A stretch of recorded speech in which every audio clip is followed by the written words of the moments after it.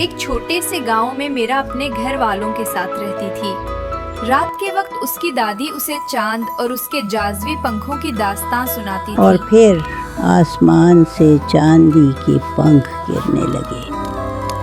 इन दास्तानों से मुतासिर होकर मेरा उस रात बिस्तर पर सो न सकी।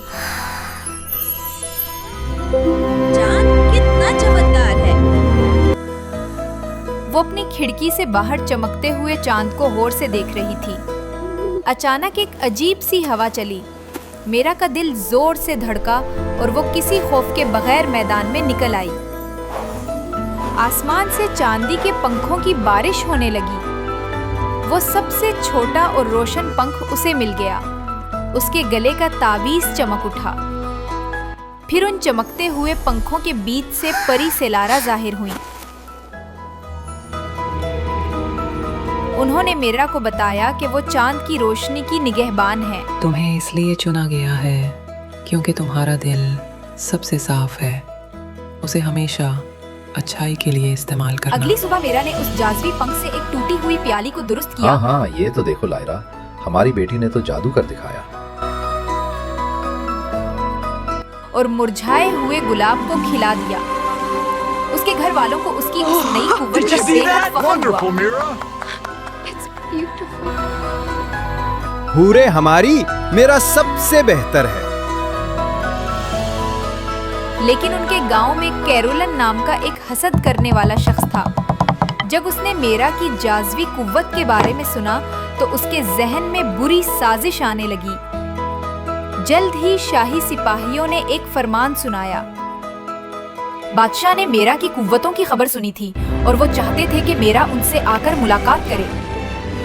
बादशाह का हुक्म है, जिस बच्ची के पास चमत्कारी कुव्वत है वो फौरन दरबार में हाजिर हो।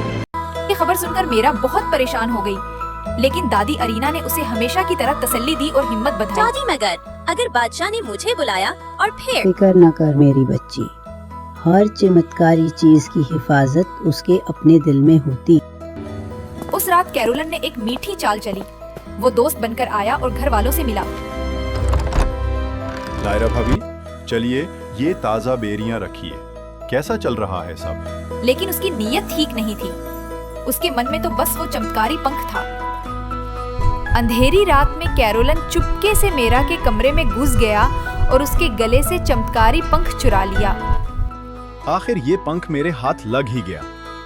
अब देखो क्या होता है। पंख की चमक उसके हाथ में आकर धीरे होने लगी। सुबह जब मेरा की आंख खुली तो उसने देखा कि उसका चमत्कारी पंख गायब था। वो बहुत उदास और तन्हा महसूस करने लगी। उसकी कुव्वत चली गई थी। पंख की चोरी से सब घबरा गए, लेकिन उन्होंने हिम्मत ना हारी। पूरे घर वालों ने मिलकर कैरोलन को ढूंढने और पंख वापस लाने का फैसला किया।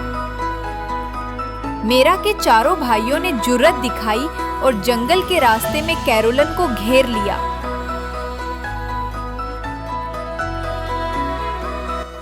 रास्ता बंद, तुम कहीं नहीं जा सकते कैरोलन। तभी मेरा और परी सेलारा भी वहां पहुंची कैरोलन, ये आपने क्या किया? और सेलारा की कुव्वत से कैरोलन का झूठ जाहिर हो गया। मेरा की मासूमियत और सेलारा की हिदायत से कैरोलन को अपनी गलती का एहसास हुआ। उसने शर्मिंदा होकर पंख नीचे गिरा दिया। मेरा ने पंख उठाया और उसे माफ कर दिया। अपने पंख की कुव्वत के साथ मेरा शाही दरबार गई और बादशाह से मिली। बादशाह ने उसकी बहादुरी और कुव्वत को पहचाना। पूरे गांव ने खुश होकर जश्न मनाया। उस दिन के बाद मेरा ने परी सेलारा के साथ मिलकर अपने जादू का इस्तेमाल अच्छाई के लिए किया। कैरोलन भी बदल गया और उसके साथ मिलकर उस चमत्कारी बाग की देखभाल करने लगा और इस तरह मेरा की दास्तां एक विरासत बन गई। कई सालों बाद वो अब दादी मेरा कहलाती हैं और अपनी जाज़वी दादी अरीना की तरह अपनी कहानी नई नस्लों को सुनाती हैं। उसका जादू और प्यार हमेशा जिंदा रहा। It's beautiful. The magic is back.